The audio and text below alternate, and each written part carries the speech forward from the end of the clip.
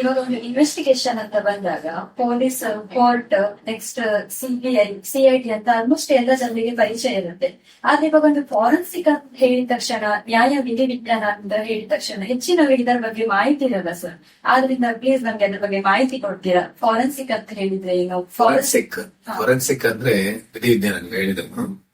ಈಗ ನೀವು ಹೇಳಿದ್ರೆ ಪೊಲೀಸ್, ಕೋರ್ಟ್, ಸಿಬಿಐ, ಸಿಐಡಿ, ಈ ಕೇಸ್ ಯಾವ ಲೆವೆಲ್ಗೆ ಹೋಗ್ಬೇಕಾದ್ರೂ first forensic investigation is first. ಅದು ಆಗದೆ ಎಲ್ಲೂ ಹೋಗಲ್ಲ. ಸೊ ಬೇಸಿಕ್ ಲೆವೆಲ್ ಅಲ್ಲಿ ಫಸ್ಟ್ ಇನ್ವೆಸ್ಟಿಗೇಷನ್, ಯಾವುದೇ ಕ್ರೈಮ್ ಆಗ್ಲಿ ಯಾವುದೇ ಕೇಸ್ ಆಗ್ಲಿ ಫಸ್ಟ್ ಇನ್ವೆಸ್ಟಿಗೇಟ್ ಮಾಡೋದೇ ಫಾರೆನ್ಸಿಕ್ ಅವರು.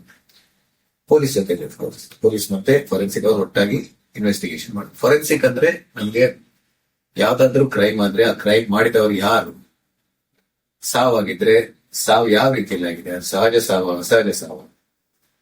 ಸೊ ಇಂಥದೆಲ್ಲ ಪ್ರಶ್ನೆಗಳಿಗೆ ಉತ್ತರ ಕೊಡ್ಬೇಕಾದ್ರೆ ಫೊರೆನ್ಸಿಕ್ ನಾವು ಎಂಪ್ಲಾಯ್ ಮಾಡ್ಬೇಕಾಗ್ತದೆ. ವಿಧಿ ವಿಜ್ಞಾನದಿಂದಲೇ ಇಂಥ ಪ್ರಶ್ನೆಗಳಿಗೆ ಉತ್ತರ ಸಿಕ್ಕುವ ಸಾಧ್ಯ. ಫಾರೆನ್ಸಿಕ್ ಟಾಕ್ಸಿಕಾಲಜಿ ಅಂತ ಇರುತ್ತೆ ಸರ್, ಅದು ಯಾವ ರೀತಿ ಬರುತ್ತೆ? ಟಾಕ್ಸಿಕಾಲಜಿ ಅಂದ್ರೆ ಇದು ಫೊರೆನ್ಸಿಕ್ ಸೈನ್ಸಿನ ಒಂದು ಬ್ರಾಂಚ್ ಅಂತ ಹೇಳ್ಬೋದು ನಾವು. ಟಾಕ್ಸಿಕಾಲಜಿಯಲ್ಲಿ ನಾವು ಯಾವುದೇ ತರದ ಒಂದು ಪಾಯ್ಸನ್ ರಿಲೇಟೆಡ್ ಇಶ್ಯೂ ಇದ್ರೆ ನಾವು ಟಾಕ್ಸಿಕಾಲಜಿಯಲ್ಲಿ ನಾವು ಅದನ್ನ ಡೀಲ್ ಮಾಡ್ತೀವಿ. ಫಾರೆನ್ಸಿಕ್ ಟಾಕ್ಸಿಕಾಲಜಿ ಎಕ್ಸಾಂಪಲ್ ಅಂತ ಯಾವ ತರ? ಹೌದು, ಈಗ ಯಾರಾದ್ರೂ ಒಂದು ಪಾಯ್ಸನ್ ಯಾರಿಗಾದ್ರೂ ಕೊಟ್ಟಿದ್ರೆ ಅವ್ರ ತೆಕ್ಕೊಂಡ್ರೆ, ಇಲ್ದಿದ್ರೆ ನಮ್ಮ ನೇಚರ್ ಅಲ್ಲೇ ಎನ್ವೈರನ್ಮೆಂಟ್ ಅಲ್ಲೇ ನಮ್ದು ಎಷ್ಟೋ ಒಂದು ಪಾಯ್ಸನ್ ಸಬ್ಸ್ಟೆನ್ಸಸ್ ಇರ್ತದೆ, ಅದರದ್ದು ಮೆಷರ್ಮೆಂಟ್ ಮಾಡೋದಂದ್ರೆ ಇದೆಲ್ಲ ನಾವು ಯಾರಾದ್ರೂ ಡ್ರಗ್ಸ್ ಏನಾದ್ರೂ ತೆಕ್ಕೊಂಡ್ರೆ, ಸೊ ಇಂಥದೆಲ್ಲ ಕೇಸ್ಗಳು ಫೊರೆನ್ಸಿಕ್ ಟಾಕ್ಸಿಕಾಲಜಿ ಡಿವಿಷನ್ ಅಲ್ಲಿ ನಾವು ಬರ್ತಿರ್ತೀವಿ. ಲಾಯರ್ ಆಗ್ಬೇಕು ಅಥವಾ ಒಂದು ಪೊಲೀಸ್ ಆಗ್ಬೇಕಂತ ಹೇಳಿದ್ರೆ ಆಲ್ಮೋಸ್ಟ್ ಎಲ್ಲರಿಗೂ ಒಂದು ನಾಲೆಜ್ ಇರುತ್ತೆ, ಹೀಗೆ ಸ್ಟಡಿ ಮಾಡ್ಬೇಕು, ಈ ಸ್ಟೆಪ್ ವೈಸ್ ಹೋಗ್ಬೇಕಂತ. ಆದ್ರೆ ಈಗ ಫಾರೆನ್ಸಿಕ್ ಅಂದ ತಕ್ಷಣ ಹೆಚ್ಚಿನವರಿಗೆ ಅದ್ರ ಬಗ್ಗೆ ಮಾಹಿತಿ ಇರಲ್ಲ. ಆದ್ರೆ ಅದು ಓದ್ಬೇಕು, ಅದೇ ಫೀಲ್ಡ್ ಅಲ್ಲಿ ಹೋಗ್ಬೇಕಂತ ಇಂಟ್ರೆಸ್ಟ್ ಇರುತ್ತೆ. ಒಂದು ಫಾರೆನ್ಸಿಕ್ ಸೈಂಟಿಸ್ಟ್ ಅಥವಾ ಫಾರೆನ್ಸಿಕ್ ಡಾಕ್ಟರ್ ಆಗ್ಬೇಕಂತ ಹೇಳಿದ್ರೆ ಏನ್ ಸ್ಟಡಿ ಮಾಡ್ಬೇಕಾಗುತ್ತೆ ಸರ್? ನೋಡಿ, ಫೊರೆನ್ಸಿಕ್ ಆಗ್ಬೇಕಾದ್ರೆ, ನೀವು ಫೊರೆನ್ಸಿಕ್ ಸೈಂಟಿಸ್ಟ್ ಆಗ್ಬೇಕಾದ್ರೆ ನಿಮ್ಗೆ ನೀವು 2-3 ರೀತಿಯಲ್ಲಿ ಅದನ್ನ ನೀವು ಅಚೀವ್ ಮಾಡಬಹುದು ಆ ಕ್ವಾಲಿಫಿಕೇಶನ್. ಫಸ್ಟ್ ಆಫ್ ಆಲ್, ನೀವು ಸಪೋಸ್ ನಿಮ್ದು PUC ಆದ ನಂತರ BSc ಮಾಡಿದ್ರೆ ಆ ನಂತರ MSc ಮಾಡ್ಬೋದು ಫೊರೆನ್ಸಿಕ್ ಸೈನ್ಸ್. MSc ಮಾಡಿ PhD ಮಾಡ್ಬೋದು ಫೊರೆನ್ಸಿಕ್ ಸೈನ್ಸ್. ಸೊ ಆ ರೀತಿ ನೀವು ಫೊರೆನ್ಸಿಕ್ ಸೈನ್ಟಿಸ್ಟ್ ಆಗ್ಬೋದು. ಇಲ್ಲಾಂದ್ರೆ ನೀವು ಡಾಕ್ಟರ್ ಆಗಿದ್ರೆ, MBBS ಆಗಿದ್ರೆ, ಈಗ ನಾನು MBBS ಮಾಡಿದ್ದೆ PUC ಅಂತ. MBBS ಆದ್ಮೇಲೆ MD ಮಾಡುವಾಗ ನೀವು ನಿಮ್ಮ MD ಅನ್ನ ನೀವು ಫೊರೆನ್ಸಿಕ್ ಮೆಡಿಸಿನ್ ಅಲ್ಲಿ ಮಾಡಿದ್ರೆ ಆವಾಗ ನೀವು ಫೊರೆನ್ಸಿಕ್ ಸೈಂಟಿಸ್ಟ್ ಆಗ್ಬೋದು. ಸೊ ನಿಮ್ಗೆ ಬೇಸ್ಡ್ ಆನ್ ಯುವರ್ ಗ್ರಾಜುಯೇಷನ್ ಅದರ ನಂತರ ನೀವು ಫೊರೆನ್ಸಿಕ್ ಸೈನ್ಸ್ ಅಲ್ಲಿ ಪೋಸ್ಟ್ ಗ್ರಾಜುಯೇಷನ್, ಅದೇ ಒಂದು ಯಾವ್ದ್ರಲ್ಲಿ ಗ್ರಾಜುಯೇಷನ್ ಮಾಡಿದ್ರೆ ನೀವು BSc ಮಾಡಿದ್ರೆ MSc ಮಾಡಿ, MBBS ಮಾಡಿದ್ರೆ MD ಮಾಡ್ಬೇಕು post graduation. So post graduation forensic science ಅಲ್ಲಿ ಫಿನಿಶ್ ಮಾಡಿ then you will be employed as a forensic scientist. ಇವಾಗ ಫಾರೆನ್ಸಿಕ್ ಇನ್ವೆಸ್ಟಿಗೇಟರ್ ಅಂತ ಹೇಳ್ತಾರೆ, ಮತ್ತೆ ಫಾರೆನ್ಸಿಕ್ ಸೈಂಟಿಸ್ಟ್ ಅಂತ ಹೇಳ್ತಾರೆ, ಫಾರೆನ್ಸಿಕ್ ಡಾಕ್ಟರ್ ಅಂತ ಹೇಳ್ತಾರೆ. ಈ ಮೂರಲ್ಲಿ ವ್ಯತ್ಯಾಸ? ಆಕ್ಚುಲಿ ಇದು ಮೂರು ಕೂಡ ಒಂದೇ. ಯಾಕಂದ್ರೆ ಫೊರೆನ್ಸಿಕ್ ಇನ್ವೆಸ್ಟಿಗೇಟರ್, ಫೊರೆನ್ಸಿಕ್ ಸೈಂಟಿಸ್ಟ್ ಮಾತ್ರ ಮಾಡ್ಬೇಕು. ಫೊರೆನ್ಸಿಕ್ ಇನ್ವೆಸ್ಟಿಗೇಷನ್ ಅನ್ನ ಫೊರೆನ್ಸಿಕ್ ಡಾಕ್ಟರ್ ಅಥವಾ ಫೊರೆನ್ಸಿಕ್ ಸೈಂಟಿಸ್ಟ್ ನೀವೇನು ಹೇಳ್ತಿದ್ದೀರಲ್ಲ ಅವರೇ ಮಾಡತಕ್ಕದ್ದು. ಬೇರೆ ಯಾರಾದ್ರೂ ಕಾಮನ್ ಮ್ಯಾನ್ ಬೇರೆ ಡಿಗ್ರಿ ಇದ್ದವರು ಫೊರೆನ್ಸಿಕ್ ಇನ್ವೆಸ್ಟಿಗೇಷನ್ ಮಾಡ್ಲಿಕ್ಕೆ ಆಗೋದಿಲ್ಲ. ಸೊ ನಾವು ಬೇರೆ ಬೇರೆ ರೀತಿಯಲ್ಲಿ ಫೊರೆನ್ಸಿಕ್ ಅವರಿಗೆ ಕರಿತೀವಿ. ಕೆಲವರು ಫೊರೆನ್ಸಿಕ್ ಇನ್ವೆಸ್ಟಿಗೇಟರ್ ಅಂತ ಹೇಳ್ತಾರೆ, ಕೆಲವರು ಫೊರೆನ್ಸಿಕ್ ಸೈಂಟಿಸ್ಟ್ ಅಂತ ಹೇಳ್ತಾರೆ, ಕೆಲವರು ಫೊರೆನ್ಸಿಕ್ ಡಾಕ್ಟರ್ ಅಂತ ಹೇಳ್ತಾರೆ, ಕೆಲವರು ಕೇರಳ ಸೈಡ್ ನೀವು ಹೋದ್ರೆ ಪೊಲೀಸ್ ಸರ್ಜನ್ ಅಂತ ಹೇಳ್ತಾರೆ. ಸೊ ಇದೆಲ್ಲ ಬೇರೆ ಬೇರೆ ಹೆಸರುಗಳು, but basically is A forensic scientist. ಇವಾಗ ಯಾವ್ದೊಂದು ಡೆತ್ ಆಗಿರುತ್ತೆ, ಅಂದ್ರೆ ನ್ಯಾಚುರಲ್ ಡೆತ್ ಆಗಿರ್ಬೋದು, ಇಲ್ಲ ಕ್ರೈಮ್ ರಿಲೇಟೆಡ್ ಆಗಿರೋ ಡೆತ್ ಆಗಿರ್ಬೋದು ಸರ್. ಆದ್ರೆ ಎಕ್ಸಾಕ್ಟ್ ಆಗಿ ನಮ್ಗೆ ಆ ಡೆತ್ ಆಗಿರೋ ಟೈಮ್ಸ್ ಗೊತ್ತಿರಲ್ಲ. ಅದನ್ನ ನೀವು ಹೇಗೆ ಫೈಂಡ್ ಔಟ್ ಮಾಡ್ತೀರಾ ಸರ್? ಇಂಥದೇ ಟೈಮ್ ಅಲ್ಲಿ ಅವರು ಡೆತ್ ಆಗಿರ್ಬಹುದು ಅಂತ? ಇಲ್ಲ, ಅದೆಲ್ಲ ಅದಕ್ಕೆ ಸೈನ್ಸ್ ಇದೆ. ಈಗ ಒಬ್ರು ಡೆಡ್ ಬಾಡಿ ಸಿಗತ್ತೆ ನಮ್ಗೆ, ಇದು ನಮ್ಗೆ ತುಂಬಾ ಕಾಮನ್. ಅಂದ್ರೆ ನಾವು ವರ್ಷಕ್ಕೆ ನಿಯರ್ಲಿ 500 ಕೇಸ್ ಮಾಡ್ತೀವಿ. ವರ್ಷಕ್ಕೆ 500 ಅಂದ್ರೆ ದಿನಕ್ಕೆ ಮೋರ್ ದೆನ್ 1 ಆಗುತ್ತೆ ಎವರೇಜ್ ನೋಡಿದ್ರೆ ನೀವು. ಸೊ ನಮ್ಗೆ day in and day out we deal with these cases. Time since death, cause of death ಎಲ್ಲ ನಾವು ನೋಡ್ತಾ ಇರ್ತೀವಿ. ಟೈಮ್ ಸಿನ್ಸ್ ಡೆತ್ ನೀವು ಒಂದು ಬಾಡಿ ಸಿಕ್ಕಿರ್ತೀವಿ, ಎಷ್ಟು ಗಂಟೆಗೆ ಒಂದು ಡೆತ್ ಆಗಿದೆ ಅಂತ ಗೊತ್ತಿರಲಿಲ್ಲ. ಸೊ ನಮ್ಮ ಬಾಡಿಯಲ್ಲಿ ನಮ್ಮ ಡೆತ್ ಆದ ನಂತರ ಕೆಲವು ಚೇಂಜಸ್ ಆಗ್ತದೆ.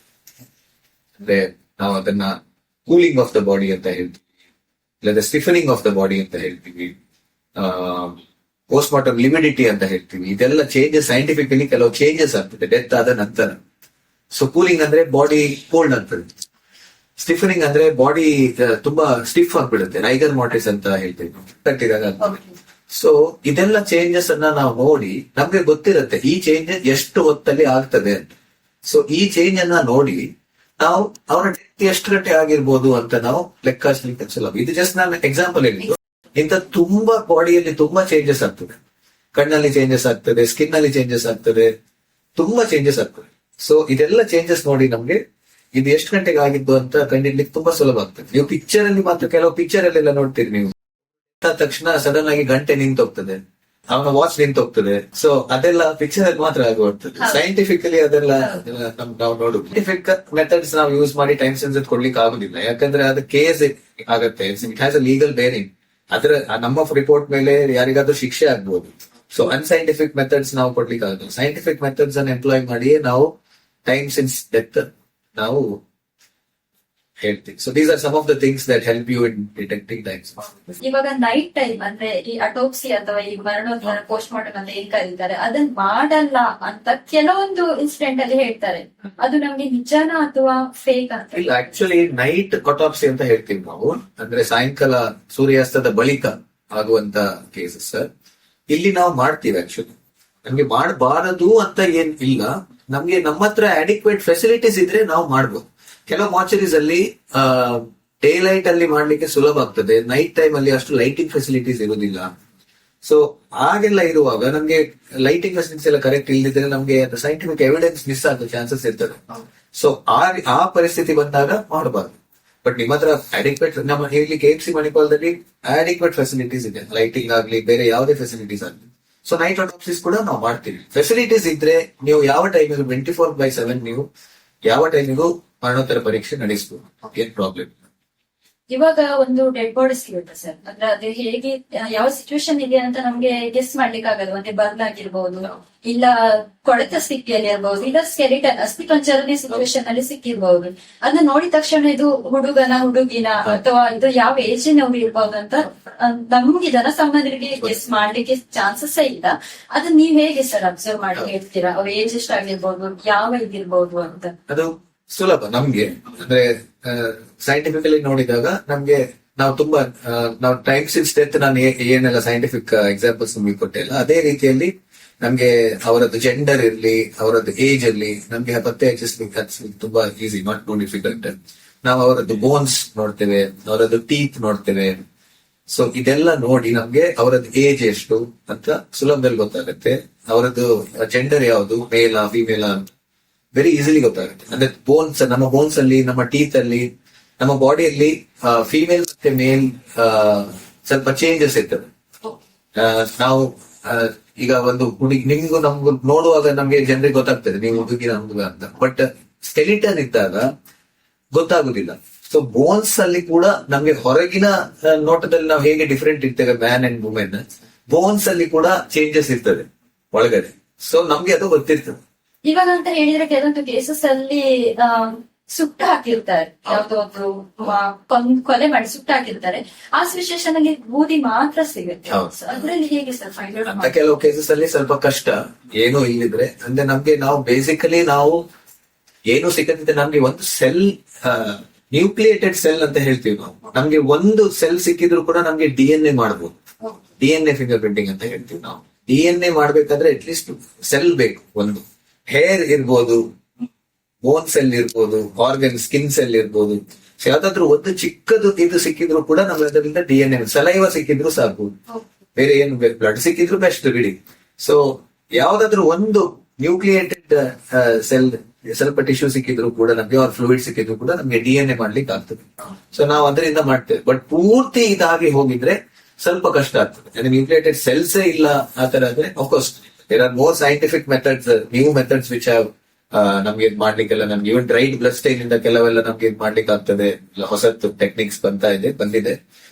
ಸೊ ಹಾಗೆ ನಾವು ಅದನ್ನ ಇವನ್ ಸ್ವಲ್ಪ ಏನಾದ್ರು ಮೆಟೀರಿಯಲ್ ಸಿಕ್ಕಿದ್ರು ಕೂಡ ನಮ್ಗೆ ಗೊತ್ತಾಗ್ತದೆ. It's very difficult to hide this. Sir ಇವಾಗ ಫಾರೆನ್ಸಿಕ್ ಅಲ್ಲಿ DNA ಮತ್ತೆ ಫಿಂಗರ್ ಪ್ರಿಂಟ್ಸ್ ಎಷ್ಟು ಹೆಲ್ಪ್ ಆಗುತ್ತೆ ಸರ್? ತುಂಬಾ ಹೆಲ್ಪ್ ಆಗ್ತದೆ. ಹೇಗೆ ಸ್ವಲ್ಪ ಎಕ್ಸ್ಪ್ಲನೇಷನ್? ಹೌದು, ತುಂಬಾ ಹೆಲ್ಪ್ ಆಗ್ತದೆ. ಅಂದ್ರೆ ನಮ್ಗೆ ಫಿಂಗರ್ ಪ್ರಿಂಟಿಂಗ್ ಅಂದ್ರೆ ನಮ್ಗೆ ನಮ್ಮ ಬೆರಳು ಅಂತ ಹೇಳ್ತೀವಿ. ನಿಮ್ಮ ಬೆರಳಲ್ಲಿ ನಮ್ಗೆ ಒಂದು ನಮ್ ಟಿಪ್ಸ್ ಅಲ್ಲಿ ನೋಡಿದ್ರೆ ಪ್ರಿಂಟ್ಸ್ ಇದೆ. ಬೇರೆ ಬೇರೆ ಫಿಂಗರ್ ಅಲ್ಲಿ ಬೇರೆ ಬೇರೆ ಪ್ರಿಂಟ್ಸ್ ಇರ್ತದೆ. ಸೊ ನಮಗೂ ನಿಮ್ಗೂ ತುಂಬಾ ವ್ಯತ್ಯಾಸ ಇದೆ. ಇಡೀ ಜಗತ್ತಲ್ಲಿ ಸೇಮ್ ಫಿಂಗರ್ ಪ್ರಿಂಟ್ ಇರುವವರು ಯಾರಿಗೂ ಇಲ್ಲ, ಯಾರು. So finger print is very unique ಅಂತ ಹೇಳ್ತೇವೆ. ನನ್ನ ಫಿಂಗರ್ ಪ್ರಿಂಟ್ ಬೇರೆ ಯಾರಿಗೂ ಇರ್ಲಿಕ್ಕೆ ಆಗುದಿಲ್ಲ. ಸೊ ಅಂತದ್ರಲ್ಲಿ ನಾವು ಫಿಂಗರ್ ಪ್ರಿಂಟ್ ಅನ್ನ ನೋಡಿ ಈ ಪ್ರಿಂಟ್ ನಿಮ್ದು ಅಂದ್ರೆ ಮುಂಚೆ ನಮ್ದು ಪ್ರಿಂಟ್ ಇರ್ಬೇಕು, ಅದನ್ನು ಮ್ಯಾಚ್ ಮಾಡ್ಲಿಕ್ಕೆ. ಈಗ ನಮ್ಗೆ ಎಲ್ಲಿಯಾದ್ರೂ ಬ್ಯಾಂಕ್ಸಿನಲ್ಲಿ ಒಂದು ಫಿಂಗರ್ ಪ್ರಿಂಟ್ ಸಿಗ್ತದೆ, ಅದು ಯಾರ್ದು ಫಿಂಗರ್ ಪ್ರಿಂಟ್ ಅಂತ ಗೊತ್ತಿರೋದಿಲ್ಲ. ಸೊ ಆ ಫಿಂಗರ್ ಪ್ರಿಂಟ್ ಬೇರೆ ಯಾರ್ದಾದ್ರು ಸಸ್ಪೆಕ್ಟ್ ಇದು ಫಿಂಗರ್ ಪ್ರಿಂಟ್ ತೆಕೊಂಡು ಅದನ್ನು ಮ್ಯಾಚ್ ಮಾಡ್ತೇವೆ. ಮ್ಯಾಚ್ ಮಾಡಿದಾಗ ಅದು ಮ್ಯಾಚ್ ಆದ್ರೆ ಈಸ್ ಕನ್ಫರ್ಮ್ಡ್ ಅಂತ ನಮ್ಗೆ ಗೊತ್ತಾಗ್ತದೆ. So finger print is very very confirmatory. In fact DNA ಅಂದ್ರೆ ನಮ್ಮ ಬಾಡಿಯಲ್ಲಿ ನಾವೆಲ್ಲರೂ DNA ಇಂದ ಇದ್ದೀವಿ. ನಮ್ಮ ಬಾಡಿಯಲ್ಲಿ DNA ಅಂತ ಒಂದು ಅಂಶ ಇದೆ. ಸೊ ಆ DNA ಕೂಡ ನನ್ನಲ್ಲಿರೋ DNA ನಿಮ್ಮಲ್ಲಿ ಇರೋದಿಲ್ಲ. So every person has A unique DNA. So ಅದನ್ನು ಕೂಡ ನೋಡಿ ನಾವು ಸಸ್ಪೆಕ್ಟ್ ಇದು DNA ಒಟ್ಟಿಗೆ ಮ್ಯಾಚ್ ಮಾಡಿ ಅವನೇ ಕನ್ಫರ್ಮ್ ಅಂತ ಮಾಡಿ DNA ಕೂಡ ಹೆಲ್ಪ್ ಆಗ್ತದೆ. But finger print has an added advantage ಅಂದ್ರೆ ಎಲ್ಲಿಯಾದ್ರೂ ಟ್ವಿನ್ಸ್ ಇದ್ರು ಕೂಡ ಅವ್ರದ್ದು ಫಿಂಗರ್ ಪ್ರಿಂಟ್ ಅವ್ರದ್ದು DNA ಸೇಮ್ ಇರ್ತದೆ, ಬಟ್ ಫಿಂಗರ್ ಪ್ರಿಂಟ್ ಬೇರೆ ಇರ್ತದೆ. Finger print is little more advantages than DNA. So these are very very helpful. ಕೆಲವೊಂದು ಕೇಸಸ್ ಅಲ್ಲಿ ಅಂತ ಹೇಳಿದ್ರೆ ಫಿಂಗರ್ ಪ್ರಿಂಟ್ ಸಿಗುತ್ತೆ, ಬಟ್ ಅದು ಯಾರದಂತ ಕನ್ವರ್ಟ್ ಮಾಡಲಿಕ್ಕೆ ಸ್ವಲ್ಪ ಕಷ್ಟ ಆಗುತ್ತೆ. ಅಂತ ಟೈಮ್ ಅಲ್ಲಿ ನೀವು ಹೇಗೆ ಅದನ್ನು ಹ್ಯಾಂಡಲ್ ಮಾಡ್ತೀರಾ ಸರ್? ಅದೇ ಹೇಳಿದ್ದು, ನಮ್ಗೆ ಒಂದು ಮ್ಯಾಚ್ ಮಾಡ್ಲಿಕ್ಕೆ ಒಂದು ಫಿಂಗರ್ ಪ್ರಿಂಟ್ ಬೇಕು.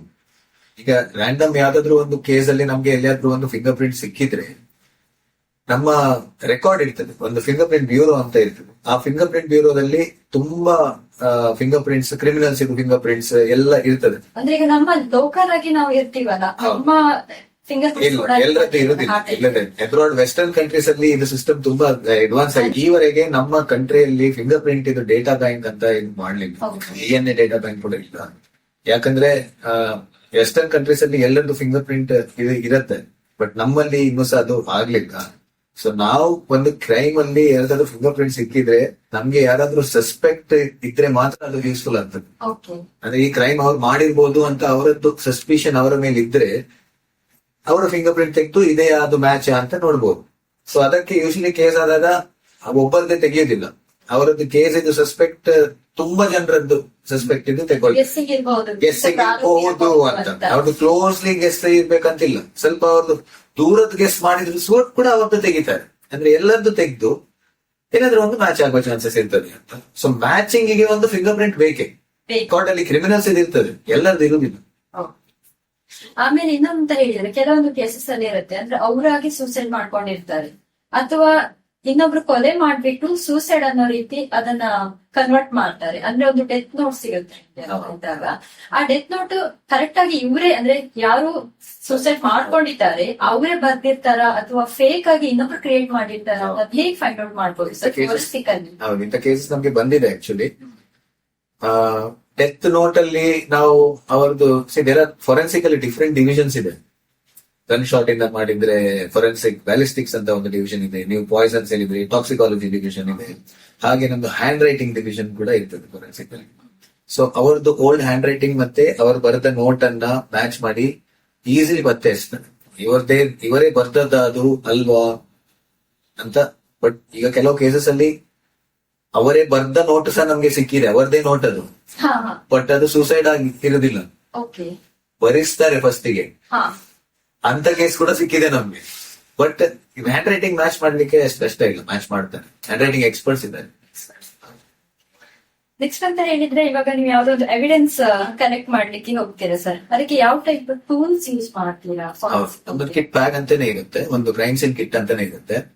ಸೊ ಅದ್ರಲ್ಲಿ ಎಲ್ಲ ಇರುತ್ತೆ, ನಿಮ್ದು ಮ್ಯಾಗ್ನಿಫೈಯಿಂಗ್ ಲೆನ್ಸ್ ಇರ್ತದೆ, ಟೇಪ್ ಇರ್ತದೆ, ಸೆಲೋ ಟೇಪ್ ಇರ್ತದೆ, ಸೆಲೈನ್ ಇರ್ತದೆ, ಗ್ಲೌಸ್ ಇರ್ತದೆ. ನಮ್ಗೆ ಆ ಸೀನ್ ಅಲ್ಲಿ ನಮ್ಗೆ ತೆಗಿದ್ರೆ ಬ್ಲಡ್ ನಮ್ಗೆ ಸಿಗ್ತದೆ, ಬ್ಲಡ್ ಲಿಕ್ವಿಡ್ ಸಿಕ್ಕಿದ್ರೆ ನಾವು ಅದನ್ನ ಕಂಟೈನರ್ ತೆಗಿಬೇಕು. ಬಟ್ ಡ್ರೈಡ್ ಸ್ಟೇನ್ ಸಿಗ್ತದೆ, ಆಗ ನಮ್ಗೆ ಅದು ಸೆಲೈನ್ ಅಲ್ಲಿ ಸ್ವಾಪ್ ಮಾಡಿ ಮತ್ತೆ ಅದು ತೆಗಿಬೇಕಾಗ್ತದೆ ತುಂಬಾ ಕ್ರೈಮ್ ಸೀನ್ ಅಲ್ಲಿ. ಸೊ ಮಳೆ ಬಂದ್ರೆ ವಾಶ್ ಆಗಿರ್ತದೆ, ಸೊ ಅದನ್ನ ಓನ್ಲಿ ವೆರಿ ಮೈನ್ಯೂಟ್ ಟ್ರೇಸಸ್ ಇದೆ, ಅದು ತೆಗಿಲಿಕ್ಕೆ ನಮ್ಗೆ ಒಮ್ಮೆ ಸ್ವಾಪ್ ಬೇಕಾಗ್ತದೆ.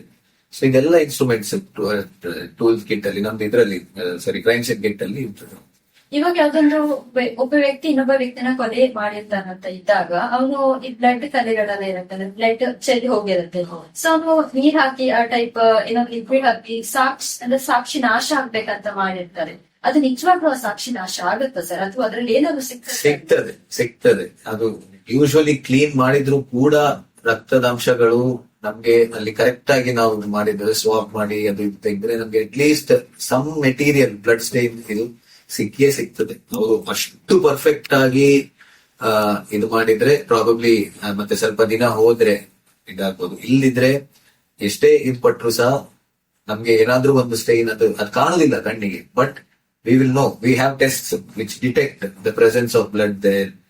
ಕೇಸಸ್ ಅಲ್ಲಿ ತುಂಬಾ ಕೇಸಸ್ ಅಲ್ಲಿ ಆಗಿದೆ, ಕ್ಲೀನ್ ಮಾಡಿರ್ತಾರೆ, ಬಟ್ ಅಲ್ಲಿ ನಮ್ಗೆ ನಾವೊಂದು ಕೆಮಿಕಲ್ ಸ್ಪ್ರೇ ಮಾಡಿದಾಗ ಆರ್ ಬೇರೆ ನಮ್ಗೆ ಕೆಲವೆಲ್ಲ ಟೆಸ್ಟ್ ಇರ್ತದೆ, ಅದೆಲ್ಲ ಮಾಡಿದಾಗ ಅಲ್ಲಿ ಬ್ಲಡ್ ನಮ್ಗೆ ಗೊತ್ತಾಗ್ತದೆ, ಇದ್ದದ್ದು ಮುಂಚೆ ನಮ್ಗೆ ಗೊತ್ತಾಗ್ತದೆ. So that place we will swap, we will look for any blood component ಸಿಗ್ತದೆ. ಅಂದ್ರೆ ಇವಾಗ ಕೆಲವೊಂದು ಇನ್ಸಿಡೆಂಟ್ ಅಲ್ಲಿ ಇದು ಕೂಡ ಕೆಲವರಿಗೆ ಡೌಟ್ ಬಂದಿರುವಂತದ್ದು, ಫಿಂಗರ್ ಪ್ರಿಂಟ್ಸ್ ಅಥವಾ ಶೂ ಮಾರ್ಕ್ಸ್ ಬೀಳಬಾರ್ದಂತ, ಅದಕ್ಕೆ ಗ್ಲೌಸ್ ಯೂಸ್ ಮಾಡ್ಬೇಕು ಕ್ರೈಮ್ ಮಾಡ್ತಾರೆ ಅಂತ. ಸೊ ಆ ಟೈಮ್ ಅಲ್ಲಿ ಮಾರ್ಕ್ಸ್ ಸಿಗದೇ ಇರುವಂತ ಸಿಚುವೇಶನ್ಸ್ ಅಲ್ಲಿ ಹೇಗೆ ಫೈಂಡ್ ಅದು ಅದೇ ಕಷ್ಟ. ಅದೇ ಈಗ ಗ್ಲೌಸ್ ಎಲ್ಲ ಹಾಕಿ ಇದು ಮಾಡಿದ್ರೆ, ಶೂ ಹಾಕಿದ್ರು ಕೂಡ ನಮ್ಗೆ ಶೂ ಪ್ರಿಂಟ್ ಸಿಗ್ತದೆ. ಶೂಗೂ ಕೂಡ ಗ್ಲೌಸ್ ಹಾಕ್ಬಿಟ್ಟು ಕ್ರೈಮ್ ಮಾಡ್ತಾರೆ. ಅದೇ ಈಗ we have to be one step ahead of them ಅಂತ ಹೇಳ್ತೀವಿ. ಸೊ ವಾಟ್ ಇಟ್ ಇಸ್, ನಮ್ಗೆ ಅಂದ್ರೆ ಅದು ಲೆಂತ್ ಗೊತ್ತಾಗ್ತದೆ, ಶೂ ಲೆಂತ್, ಅದರಲ್ಲಿ ಸ್ಟೇಚರ್ ಗೊತ್ತಾಗ್ತದೆ. Every criminal leaves A clue ಅಂತ ಹೇಳ್ತೀವಿ ನಾವು. ನೀವು ಶೂ ಪ್ರಿಂಟ್ ಇಲ್ಲದಿದ್ದು ಶೂ ಸೈಜ್ ಗೊತ್ತಾಗ್ತದೆ, ಶೂ ಸೈಜ್ ಇಂದ ಅವನ ಸ್ಟೇಚರ್ ಗೊತ್ತಾಗ್ತದೆ, ಅವನ ಹೈಟ್ ಗೊತ್ತಾಗ್ತದೆ. ಸೊ ಅದರಿಂದ ಕೂಡ ನಮ್ಗೆ ಒಂದು ಕ್ಲೂ ಸಿಗ್ತದೆ. ಫಿಂಗರ್ ಪ್ರಿಂಟ್ ಸಿಕ್ಲಿಕ್ಕಿಲ್ಲ, ಬಟ್ ಆ ಒಂದು ಪಾಮ್ ಸೈಜ್ ಗೊತ್ತಾಗ್ತದೆ. ಸೊ ಏನಾದ್ರೂ ನಮ್ಗೆ ಕ್ಲೂ ಸಿಕ್ಕೇ ಸಿಗ್ತದೆ. ಅದೊಂದು ಮಾತು ಹೇಳ್ತಲ್ಲ, ಅಪರಾಧ ಮಾಡಿದವನು ಏನಾದ್ರೂ ಒಂದು ಬಿಟ್ಟು ಏನಾದ್ರೆ every criminal leaves behind the clue. It is for us to find. ನಾವೊಂದು ಹುಡುಕುವಂತದ್ದು ನಮ್ಮ ಕೆಲಸ, ಮಾಡಿದವನ್ ಬಿಟ್ಟು ಹೋಗ್ತಾನೆ 100%. ಸೊ ನೀವು ಇಷ್ಟೊತ್ತವರೆಗೆ ಹ್ಯಾಂಡಲ್ ಮಾಡಿರೋದ್ರಲ್ಲಿ ತುಂಬಾ ಆಗಿರೋ ತುಂಬಾ ಕೇಸಸ್ ಇತ್ತು. ನಾನು 20 years ಜಾಸ್ತಿ ಆಯ್ತು ಇಲ್ಲಿ ನಾನು ಪ್ರಾಕ್ಟೀಸ್ ಮಾಡಿ. ಸೊ ಇಯರ್ಲಿ ನಾವು 500 ಕೇಸಸ್. ಹೌದು, ಚಾಲೆಂಜಿಂಗ್ ಅಂದ್ರೆ ನಮ್ಗೆ murder cases usually challenging. Murder cases ಅಲ್ಲೂ ಕೂಡ ಕೆಲವು ಕೇಸಸ್ ಅಲ್ಲಿ 2 ಮರ್ಡರ್ ಒಟ್ಟಿಗೆ ಆಗಿರುವಂತದ್ದು, ಯಾವ ಮರ್ಡರ್ ಬೇಗ ಆಗಿದೆ, ಯಾವ್ದು ಲೇಟ್ ಆಗಿದೆ, ಯಾರು ಮಾಡಿದ್ದನ್ನ. ಮತ್ತೆ ಅಲ್ಲಿ ನಮ್ಮ ರೈಲ್ವೆ ಆಕ್ಸಿಡೆಂಟ್ಸ್ ಕೆಲವು ಸಿಗ್ತದೆ. ರೈಲ್ವೆ ಆಕ್ಸಿಡೆಂಟ್ಸ್ ಅಲ್ಲಿ ಅವನು ಸುಸೈಡ್ ಮಾಡ್ಕೊಂಡದ್ದ ಅಥವಾ ಅವನಿಗೆ ಅದರಲ್ಲಿ ನನ್ಗೆ ಒಂದು ಡೌಟ್. ಇವಾಗ ಒಂದು ರೈಲ್ವೆ ಇನ್ಸಿಡೆಂಟ್ ಆದಾಗ ನಮ್ಗೆ ನೋಡ್ಲಿಕ್ಕೆ ಫುಲ್ ಚಿತ್ರ ಆಗಿರುತ್ತೆ ದೇಹದ ಭಾಗಗಳು.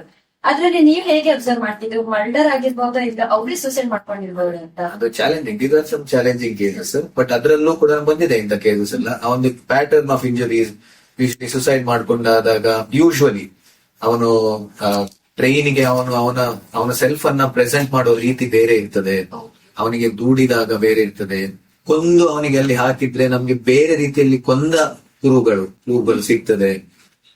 ಸೊ ಅಂತದೆಲ್ಲ ನಮ್ಗೆ at least something we will no.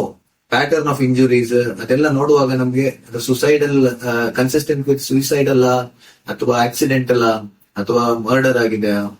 So ನಮ್ಗೆ ಏನಾದ್ರೂ ಕ್ಲೂ ಸಿಗ್ತದೆ. ಅದೇ ಚಾಲೆಂಜಿಂಗ್ ಇದೆ, ಸ್ವಲ್ಪ ಸೂಕ್ಷ್ಮವಾಗಿ ನೋಡ್ಬೇಕಾಗ್ತದೆ. ಸ್ವಲ್ಪ ಅಂದ್ರೆ is very challenging. Normally straight forward murder ಎಲ್ಲ ಸುಲಭ ಇರ್ತದೆ. ನಿಮ್ಗೆ ಇವಾಗ ಫಾರೆನ್ಸಿಕ್ ಡಾಕ್ಟರ್ ಆಗಿದ್ದೀರಾ, ಫಾರೆನ್ಸಿಕ್ ಟಾಕ್ಸಿಕಾಲಜಿ ಕೂಡ ನೀವು ವರ್ಕ್ ಮಾಡ್ತಾ ಇದ್ದೀರಾ ಸರ್. ನಿಮ್ಗೆ ಹೇಗೆ ಇದು ಚಾಲೆಂಜ್ ಆಗಿದೆ ಫೀಲ್ಡ್ ಅನ್ನೋದು? ತುಂಬಾ ಚಾಲೆಂಜ್. ಫೊರೆನ್ಸಿಕ್ ಅಂದ್ರೆ ನೀವು ನೋಡಿರ್ಬೋದು, ಫೊರೆನ್ಸಿಕ್ ಅಲ್ಲಿ ನೋಡ್ಲಿಕ್ಕೆ ಆಕ್ಚುಲಿ ಟಿವಿಯಲ್ಲೆಲ್ಲ CID ಸೀರಿಯಲ್ ಎಲ್ಲ ನೋಡ್ತೀರಿ, ಫೊರೆನ್ಸಿಕ್ ತುಂಬಾ ಅಟ್ರಾಕ್ಟಿವ್ ಆಗಿ ಕಾಣ್ತದೆ. ಬಟ್ ಆಕ್ಚುಲಿ ಫೊರೆನ್ಸಿಕ್ ಫೀಲ್ಡ್ ಅಲ್ಲಿ ಇದ್ದವರಿಗೆ ಅದು ಗೊತ್ತಾಗ್ತದೆ ಎಷ್ಟು ಕಷ್ಟ ಅಂತ. ಆಮೇಲೆ ಅದು every day you have to see crimes. ನೀವು ಪೊಲೀಸ್ ಜಾಸ್ತಿ, you are more a police man actually. ಯಾಕಂದ್ರೆ ನೀವು day in and day out ನೀವು ಕ್ರೈಮ್ ಅಲ್ಲೇ ಇರ್ತೀವಿ. ಯಾವ ರೀತಿಯ ಕ್ರೈಮ್ ಇರ್ತದೆ. ಡೆಡ್ ಬಾಡೀಸ್ ಫ್ರೆಶ್ ಇರ್ತದೆ, ಇಂಜುರೀಸ್ ಇರ್ತದೆ, ಮರ್ಡರ್ ಆಗಿರೋ ಡೆಡ್ ಬಾಡೀಸ್ ಇರ್ತದೆ, ರಾಟನ್ ಡೆಡ್ ಬಾಡೀಸ್ ಇರ್ತದೆ. ರೈಲ್ವೆ ಇಂಜುರೀಸ್ ಅಂದ್ರೆ ನೀವು ಹೇಳಿದ್ರಿ ಚಿದ್ರ ಆಗಿ ಹೋಗ್ತದೆ ಅಂತ. ಅದು ನೋಡ್ಲಿಕ್ಕೆ ರೈಲ್ವೆ ಪ್ಲೇನ್ ಕ್ರಾಶ್ ಆಗಿತ್ತು. ಲಾಸ್ಟ್ ಪ್ಲೇನ್ ಕ್ರಾಶ್ ಅಲ್ಲಿ ನಾವು 155 ಬಾಡೀಸ್ ನಾವು ನೋಡಿದ್ವಿ. So you can imagine the kind of trauma that forensic expert also will, ಅವರಿಗೆ ಸೆಲ್ಫ್ ಎಷ್ಟು ಟ್ರಾಮಾ ಆಗ್ತದೆ ಅಂತ ನೀವೇ ಇಮ್ಯಾಜಿನ್ ಮಾಡ್ಬೋದು. So it's a very very challenging. ಮತ್ತೆ ಕೋರ್ಟ್, ಅದಕ್ಕೆ ಇವಾಗ ಸ್ವಲ್ಪ ಟ್ರೆಂಡ್ ಚೇಂಜ್ ಆಗಿದೆ. ಇಲ್ಲಾಂದ್ರೆ ಮುಂಚೆ ಯೂಶಲಿ ಫೀಮೇಲ್ಸ್ ಫೊರೆನ್ಸಿಕ್ ಫೀಲ್ಡ್ ಬರ್ತಾ ಇರ್ಲಿಲ್ಲ. ಅಂದ್ರೆ ಅವರಿಗೆ ತುಂಬಾ ಚಾಲೆಂಜಿಂಗ್. ಕೋರ್ಟಿಗೆ ಹೋಗ್ಬೇಕು, ಕ್ರೈಮ್ ನೋಡ್ಬೇಕು, ಪೊಲೀಸ್ ಅವರೊಟ್ಟಿಗೆ ಇರ್ಬೇಕು. CID CBI ಎನ್ಕ್ವೈರಿ ಅದು ಇದು ಅಂತ ಹೇಳಿ. ಕೋರ್ಟ್ ಅಂತ ಹೇಳಿದ್ರೆ ಯಾವ ತರ ನಿಮಗೆ ಚಾಲೆಂಜಬಲ್ ಆಗಿರುತ್ತೆ ಸರ್? ಇಲ್ಲಿ ಅಂತ ಹೇಳಿದ್ರೆ ನೀವು ಟೆಸ್ಟ್ ಮಾಡ್ತೀರಾ, ಎವಿಡೆನ್ಸ್ ಕಲೆಕ್ಟ್ ಮಾಡ್ತೀರಾ, ಸೊ ಕೋರ್ಟಿಗೆ ಹೇಗೆ ಸಬ್ಮಿಟ್ ಮಾಡ್ತೀರಾ, ಕೋರ್ಟ್ ಅಂದ್ರೆ ಫೇಸ್ ಮಾಡ್ತೀರಾ? ನಾವು ರಿಪೋರ್ಟ್ ಕೊಡ್ತೇವೆ, ಆ ರಿಪೋರ್ಟ್ ಅನ್ನ ನಾವು ನಮ್ಗೆ ಕರೀತಾರೆ, ಆ ರಿಪೋರ್ಟ್ ಅನ್ನು ನಾವು ಕೊಟ್ಟ ರಿಪೋರ್ಟಿಗೆ ನಾವು ಅದನ್ನ ಸಬ್ಸ್ಟಾನ್ಶಿಯೇಟ್ ಮಾಡ್ಲಿಕ್ಕೆ ನಮ್ಗೆ ಕೋರ್ಟ್ ಅಲ್ಲಿ ಕರೀತಾರೆ. ನಾನೇ ವಾರಕ್ಕೆ 2 ದಿವಸ ಕೋರ್ಟಿಗೆ ಹೋಗ್ತೀನಿ ಈಗ sir. So lot of court summons ನಮ್ಗೆ. ಸೊ ಕೋರ್ಟಿಗೆ ಹೋಗಿ ನಾವು ನಮ್ಮ ರಿಪೋರ್ಟ್ ಅನ್ನ ನಾವು ಕೊಟ್ಟದ್ದು ಅದನ್ನ ಚಾಲೆಂಜ್ ಮಾಡ್ತಾರೆ, ಡಿಫೆನ್ಸ್ ಲಾಯರ್ ಅದನ್ನ ಚಾಲೆಂಜ್ ಮಾಡ್ತಾರೆ. ನೀವದು ಹೇಗೆ ಕೊಟ್ರಿ, ಹೀಗೆ ಅದು ಹೇಗೆ ಹೀಗೆ ಆಯ್ತು ಅಂದ್ರೆ ಬ್ರೇಕ್ ಅಂತ ಕೊಟ್ರೆ ನಾವು ಅದು ಹೌದಾ, ಅದು ಕರೆಕ್ಟ್ ರಾಂಗ್ ಅವ್ರು ಚಾಲೆಂಜ್ ಮಾಡ್ತಾರೆ, ಅದನ್ನ ನಾವು ಡಿಫೆಂಡ್ ಮಾಡ್ಬೇಕು ಕೋರ್ಟ್ ಅಲ್ಲಿ.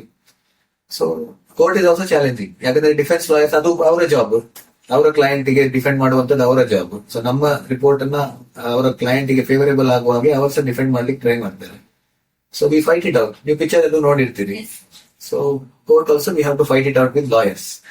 ಅಂದ್ರೆ ಈಗ ಒಂದು ಬಾಡಿನ ಫಾರೆನ್ಸಿಕ್ ಅಂತ ಹೇಳಿದ್ರೆ ಒಬ್ಬರೇ ಟೆಸ್ಟ್ ಮಾಡಬಹುದು ಸರ್, ಅಥವಾ ಈಗ ಮತ್ತೆ ನೀವು ಹೇಳಿದ್ರಲ್ಲ ಲಾಯರ್ ಅಪೋಸಿಟ್ ಲಾಯರ್ ಇರ್ತಾರೆ ಅಂತ, ಸೊ ಅದೇ ಬಾಡಿನ ಅಂದ್ರೆ ನಮ್ಮ ಹತ್ರ ಸ್ಟೋರೇಜ್ ಇದ್ರೆ ಬಾಡಿ ಅದನ್ನ ಇನ್ನೊಬ್ಬರಿಗೆ ಟೆಸ್ಟಿಗೆ ಕೊಡ್ಬಹುದಾ ಆ ಟೈಪ್? ನೀವೀಗ ಫಾರೆನ್ಸಿಕ್ ಅಲ್ಲಿ ಟೆಸ್ಟ್ ಮಾಡಿರ್ತೀರಾ, ಸೊ ಅಪೋಸಿಟ್ ಲಾಯರ್ ಗೆ ಡೌಟ್ಸ್ ಇರುತ್ತೆ, ಎವಿಡೆನ್ಸ್ ನೀವು ಕಲೆಕ್ಟ್ ಮಾಡಿರೋ ಎವಿಡೆನ್ಸ್ ಬಗ್ಗೆ ಡೌಟ್ಸ್ ಇರುತ್ತೆ, ಸೊ ಇನ್ನೊಂದು ಫಾರೆನ್ಸಿಕ್ ಎಕ್ಸ್ಪರ್ಟ್ ಆ ಬಾಡಿನ ಅವರಿಗೆ ಕೊಡ್ಬಹುದಾ ಅಂತ? ಕೊಟ್ಟಿದ್ದಾರೆ ತುಂಬಾ ಕೇಸಸ್ ಅಲ್ಲಿ.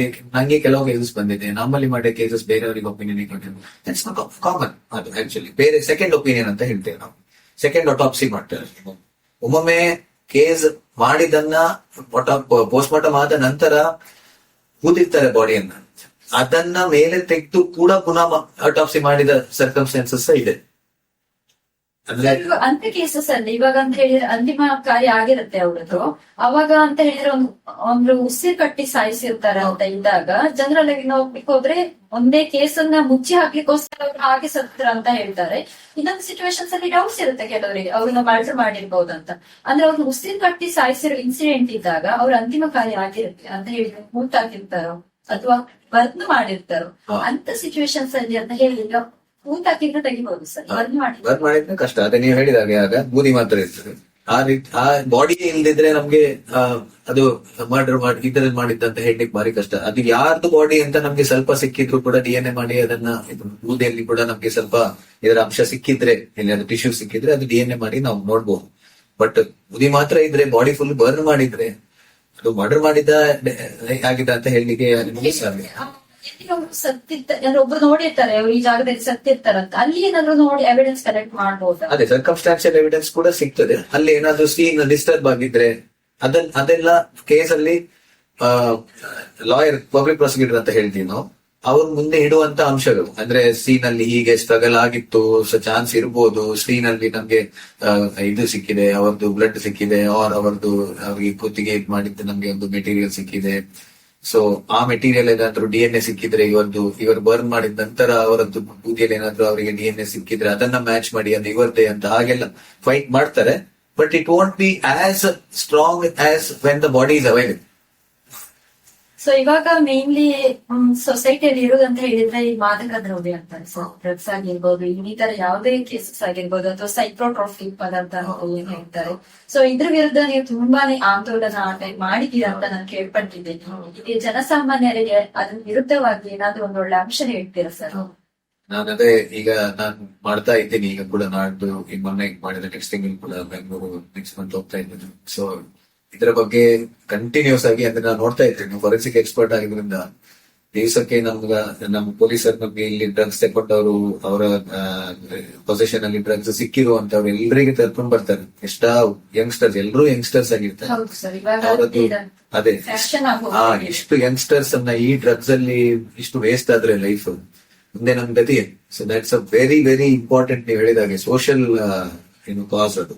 ಅದ್ರ ಬಗ್ಗೆ ನಾನು ಜನರಿಗೆ ಏನ್ ಹೇಳೋದಂದ್ರೆ, see it is very very easy to get into drugs, but the kind of damage that can happen to you in your life ನಾವು ನೋಡ್ತಾ ಇದ್ದೀನಿ. ಅವರಿಗೆ ಲೈಫ್ ರೂಯಿನ್ ಆಗಿ ಹೋಗ್ತದೆ ಡ್ರಗ್ಸ್ ತಗೊಂಡು.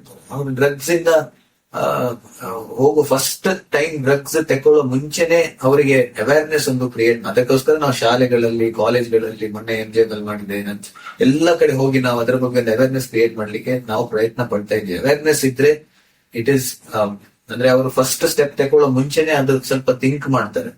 ಅವರಿಗೆ ಹೆಲ್ತ್ ಬಗ್ಗೆ ಆಗೋ ಪ್ರಾಬ್ಲಮ್ಸ್ ಅವೇರ್ನೆಸ್ ಇರ್ಬೇಕು, ಅದರ ಲಾ ಏನು ಅದ್ರ ಬಗ್ಗೆ ಅಂತ ಅದ್ರ ಅವೇರ್ನೆಸ್ ಇರ್ಬೇಕು, ಎಷ್ಟು ಸ್ಟ್ರಿಕ್ಟ್ ಇದೆ ಲಾ ಅಂತ, ಅದೆಲ್ಲ ಅವೇರ್ನೆಸ್ ಕ್ರಿಯೇಟ್ ಮಾಡಿದ್ರೆ ಮಾತ್ರ ಅವ್ರು, ಇಟ್ ಇಸ್ ಅ ಸೆಲ್ಫ್ ಕಾಲ್ ಅಲ್ವಾ, ಸೆಲ್ಫ್ ಡಿಸಿಷನ್.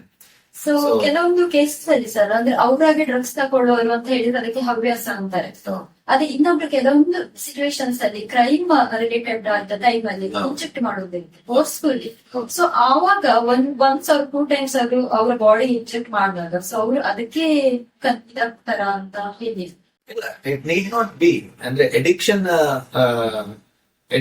ಅದ ದೊಡ್ಡ ಚಾಪ್ಟರ್ ಆಕ್ಚುಲಿ. ಅಡಿಕ್ಷನ್ ಗೆ ತುಂಬಾ ರೀಸನ್ಸ್ ಇದೆ. ಕೆಲವರು 1-2 ಸತಿ ಡ್ರಗ್ಸ್ ತಗೊಂಡ್ ಕೂಡಲೇ ಅದಕ್ಕೆ ಅಡಿಕ್ಟ್ ಆಗಿ ಹೋಗ್ತಾರೆ. ಕೆಲವರು ಈಗ ಕೆಲವರು ಹಾಸ್ಪಿಟಲ್ ಅಡ್ಮಿಟ್ ಆಗಿರ್ತಾರೆ. ಹಾಸ್ಪಿಟಲ್ ಅಡ್ಮಿಟ್ ಆಗಿದ್ದಾಗ ಅವರಿಗೆ ಪೇನ್ ಕಿಲ್ಲರ್ಸ್ ಕೊಟ್ಟಿರ್ತಾರೆ, ಮಾರ್ಫಿನ್ ಕೊಟ್ಟಿರ್ತಾರೆ. ಇದೆಲ್ಲ ಅಡಿಕ್ಟಿವ್ ಸಬ್ಸ್ಟೆನ್ಸಸ್. ಬಟ್ ಅವರಿಗೆ ಹಾಸ್ಪಿಟಲ್ ಇಂದ ಡಿಸ್ಚಾರ್ಜ್ ಆಗಿ ಮನೆಗೆ ಬಂದ ನಂತರ ಅವ್ರೇನು ಅಡಿಕ್ಷನ್ ಆಗುದಿಲ್ಲ, ಅವ್ರಿಗೆ ನಾರ್ಮಲ್ ಆಗಿರ್ತಾರೆ. ಸೊ ಒಮ್ಮೆ 2 ಸತಿ ತಕೊಂಡ್ ಕೂಡಲೇ ಅಡಿಕ್ಷನ್ ಆಗ್ತದೆ ಅಂತ ಅದು ಸುಳ್ಳು. ಅದು ತೆಕ್ಕೊಂಡು ಪುನಃ ಎಕ್ಸ್ಪೆರಿಮೆಂಟೇಷನ್ ಗೆ 2ನೇ ಸತಿ ತಕೊಂಡು ಪುನಃ ಅದ್ರ ಸ್ವಲ್ಪ ಫೀಲಿಂಗ್ ಅವ್ರಿಗೆ ಒಳ್ಳೇದು ಇದಾದ್ರೆ ಪುನಃ 3ನೇ ಸತಿ ತಕೊಂಡು ಹಾಗೆ ಅದು ಅಡಿಕ್ಷನ್ ಡೆವಲಪ್ ಆಗಿ ಹೋಗ್ತದೆ. ಮತ್ತೆ ಅವರದ್ದು ಸೈಕ್ಯಾಟ್ರಿಕ್ ಸಿಚುವೇಶನ್ ಹೇಗಿದೆ ಅಂತ ದಟ್ ಈಸ್ ಇಂಪಾರ್ಟೆಂಟ್. ಅವರ ವಿಲ್ ಪವರ್ ಸ್ಟ್ರಾಂಗ್ ಇದ್ದು ಅವರು ಅದು ಆಗುದಿಲ್ಲ ಅಡಿಕ್ಷನ್. ಅವರು ವೀಕ್ ಇದ್ರೆ that progresses to become an addiction. ಕೆಲವೊಂದು ಸಿಚುವೇಶನ್ಸ್ ಅಲ್ಲಿ ಸರ್ ಸ್ಲೀಪಿಂಗ್ ಟ್ಯಾಬ್ಲೆಟ್ ಅಂತ ಹೇಳಿದ್ರೆ ನಿದ್ದೆ ಬರಲ್ಲ ಅಂತ ಕೆಲವೊಂದು ಅಂದ್ರೆ ಲೈಟ್ ಡೋಸೇಜ್ ಅನ್ನ ಡಾಕ್ಟರ್ ಕೊಟ್ಟಿರ್ತಾರೆ. ಸೊ ರಿಲ್ಯಾಕ್ಸ್ ಆಗ್ಲಿ ನಿದ್ದೆ ಬರ್ಲಿ ಅಂತ ಸಿಚುವೇಶನ್ಸ್ ಅಲ್ಲಿ ಮೆಡಿಕಲ್ ಇದರಲ್ಲಿ. ಆದ್ರೆ ಕೆಲವೊಂದು ಪರ್ಸನ್ಸ್ ಅದನ್ನೇ ಕಂಟಿನ್ಯೂ ಮಾಡ್ಕೊಂತ ಹೋಗ್ತಾರೆ. ಅಂದ್ರೆ ಅವರಿಗೆ ಆ ಸ್ಲೀಪಿಂಗ್ ಟ್ಯಾಬ್ಲೆಟ್ ಇಲ್ಲ ಅಂತ ಹೇಳಿದ್ರೆ ಲೈಫೇ ಇಲ್ಲ ಸಿಚುವೇಶನ್ಸ್ ಇಲ್ಲ. ಹೇಗೆ ಎಫೆಕ್ಟ್ ಆಗುತ್ತೆ? ಸ್ಲೀಪಿಂಗ್ ಟ್ಯಾಬ್ಲೆಟ್ ಮಾತ್ರ ಅಲ್ಲ, ಪೇನ್ ಕಿಲ್ಲರ್ಸ್, ಕೆಲವು ಬೇರೆ ಡ್ರಗ್ಸ್ ಕೂಡ ಹಾಗೆ ಇದೆ. ಪ್ರಿಸ್ಕ್ರಿಪ್ಷನ್ ಡ್ರಗ್ಸ್ ಡಾಕ್ಟರ್ ಕೊಡುವಂತದ್ದು ಅವರಿಗೆ ಆ ಸಿಚುವೇಶನ್ ಅಲ್ಲಿ ಹೆಲ್ಪ್ ಮಾಡ್ಲಿಕ್ಕೆ ಡಾಕ್ಟರ್ ಪ್ರಿಸ್ಕ್ರೈಬ್ ಮಾಡುವಂತ ಡ್ರಗ್ಸ್ ಇವರು, sleeping pills, pain killers. But ಅವರಿಗೆ ಅದು 1 ಸತಿ 2 ಸತಿ 3ನೇ ಸತಿ ತಗೊಂಡು ಮತ್ತೆ ಸೆಲ್ಫ್ ಮೆಡಿಕೇಟ್ ಮಾಡ್ಲಿಕ್ಕೆ ಸ್ಟಾರ್ಟ್ ಮಾಡ್ತಾರೆ. Self medication is very dangerous. ಅಂತ ಹೇಳಿದ್ರೆ ಅದು ನಿಜವಾಗ್ಲೂ ಅವ್ರ ಬಾಡಿ ಅದಕ್ಕೆ ಕನೆಕ್ಟ್ ಆಗಿರತ್ತ, ಅದು ಅವ್ರ ಮನಸ್ಥಿತಿ ಆಗಿರುತ್ತೆ. ಮನಸ್ಥಿತಿಯು ಹಾಗಿರುತ್ತೆ, ಬಾಡಿ ಕೂಡ ಹಾಗೆ ಡಿಪೆಂಡೆಂಟ್ ಆಗಿ ಹೋಗ್ತದೆ. ಯಾಕಂದ್ರೆ ಟಾಲರೆನ್ಸ್ ಡೆವಲಪ್ ಆಗ್ತದೆ. ಈಗ ನೀವು ಯಾರಾದ್ರೂ ಒಬ್ರು ಮನುಷ್ಯರು ಕುಡಿಲಿಕ್ಕೆ ಸ್ಟಾರ್ಟ್ ಮಾಡಿದ್ರೆ, ಫಸ್ಟ್ ಟೈಮ್ ಕುಡಿಯುವಾಗ ಅವರೊಂದು 30 ml ಕುಡಿದ್ರೆ ಅವರಿಗೆ ತಲೆಗೆ ತಾಗ್ತದೆ. ಕುಡಿತಾ ಹೋದ ನಂತರ ಲಾಸ್ಟ್ ಗೆ ಅವರಿಗೆ ಅರ್ಧ ಬಾಟ್ಲಿ ಕುಡಿದ್ರು ಕೂಡ ಅವರಿಗೆ ತಾಗೋದಿಲ್ಲ, ಜಾಸ್ತಿ ಬೇಕಾಗ್ತಾ ಹೋಗ್ತದೆ. ಸ್ಲೀಪಿಂಗ್ ಪಿಲ್ಸ್ ಇದು ಕೂಡ ಹಾಗೆ. ಫಸ್ಟ್ ಒಮ್ಮೆ ಚಿಕ್ಕದಿದ್ದು ತಕೊಳ್ತಾರೆ, ನಿದ್ರೆ ಬರ್ತದೆ, ಮತ್ತೆ ಅದೇ ಕಂಟಿನ್ಯೂ ಮಾಡ್ತಾರೆ. ಹೋಗ್ತಾ ಅಷ್ಟರಲ್ಲಿ ಅವ್ರಿಗೆ ನಿದ್ರೆ ಬರುದಿಲ್ಲ, ಜಾಸ್ತಿ ಬೇಕಾಗ್ತದೆ. ಜಾಸ್ತಿ ಮಾಡ್ತಾ ಹೋಗಿ ಅವ್ರು ಅಡಿಕ್ಟ್ ಆಗಿ ಹೋಗ್ತಾರೆ. ಅದಿಲ್ಲದ್ರೆ ನಿದ್ರೆನೇ ಬರುದಿಲ್ಲ. ಈ ಗಾಂಜಾ ಅದು ಅದೇ ರೀತಿ ಬರುತ್ತೆ sir. Same, all are addictive substances. Ganja, cocaine, ecstasy, ಎಷ್ಟೇ ಡ್ರಗ್ಸ್ ಎಲ್ಲ ನೋಡ್ತೀವಿ ನಾವು, ಆಲ್ ಆರ್ ಅಡಿಕ್ಟಿವ್ ಸಬ್ಸ್ಟೆನ್ಸಸ್. ಅದು ಎಲ್ಲ ಸಬ್ಸ್ಟೆನ್ಸಸ್ ಗೆ ಒಮ್ಮೆ ತಕೊಂಡ್ರೆ, ಈಗ ಯೂಶುವಲಿ ಆಲ್ಕೋಹಾಲ್ ಮತ್ತೆ ಸಿಗರೇಟ್ ಇಂದ ಸ್ಟಾರ್ಟ್ ಆಗುವಂತ these are gate way drugs ಅಂತ ಹೇಳ್ತೀವಿ ನಾವು. ಅದರಿಂದ ಸ್ಟಾರ್ಟ್ ಆಗುತ್ತೆ. ಅದರಿಂದ ಮೇಲೆ ಹೈಯರ್ ಡ್ರಗ್ಸ್ ಗೆ ಗಾಂಜಾ, ಕೋಕೇನ್, ಎಕ್ಸ್ಟಸಿ, MDMA ಅದಕ್ಕೆಲ್ಲ ಮೇಲೆ ಹಾರ್ಡರ್ ಡ್ರಗ್ಸ್ ಅಂತ ಹೇಳ್ತೀವಿ ನಾವು. ಅದಕ್ಕೆ ಸ್ಟಾರ್ಟ್ ಆಗೋದು ಸಿಗರೇಟ್ ಮತ್ತೆ ಆಲ್ಕೋಹಾಲ್. ನಾವು ಸಿಗರೇಟ್, ಆಲ್ಕೋಹಾಲ್ ಏನನ್ನು ಮಾಡದೆ ಡೈರೆಕ್ಟ್ ಆಗಿ ಗಾಂಜಕ್ಕೆ ಅಥವಾ ಕೊಕೇನಿಗೆ ಹೋದ ಜನ ಭಾರಿ ಕಮ್ಮಿ. ಸ್ಟಾರ್ಟ್ ಮಾಡೋದು ಯೂಶಲಿ ಆಲ್ಕೋಹಾಲ್ ಮತ್ತೆ cigarette. That is why it is very careful. You should be very careful when you start these things also. ಅದು ನೋಡುವಾಗ ಎಲ್ಲರೂ ಕುಡಿತಾರೆ, ಎಲ್ಲರೂ ಸಿಗರೇಟ್ ಸೇರ್ತಾರೆ. ನಾವು ಪಿಕ್ಚರ್ ಅಲ್ಲಿ ನೋಡ್ತೀವಿ, ದೊಡ್ಡ ಹೀರೋಸ್ ಕೂಡ ಸಿಗರೇಟ್ ಇಳಿತಾರೆ, ಏನಾಗ್ತದೆ ಅಂತ. ನಮ್ಗೆ ಅದು ಯಾವಾಗ ನಾವು ಅದಕ್ಕೆ ಅಡಿಕ್ಟ್ ಆಗಿ ಯಾವಾಗ ನಾವು ಹೈಯರ್ ಸಬ್ಸ್ಟೆನ್ಸಸ್ ಹೋಗ್ತೇವೆ ನಮ್ಗೇನೆ ಗೊತ್ತಾಗ್ಬೇಕು ನಾವು. That is why it is so dangerous.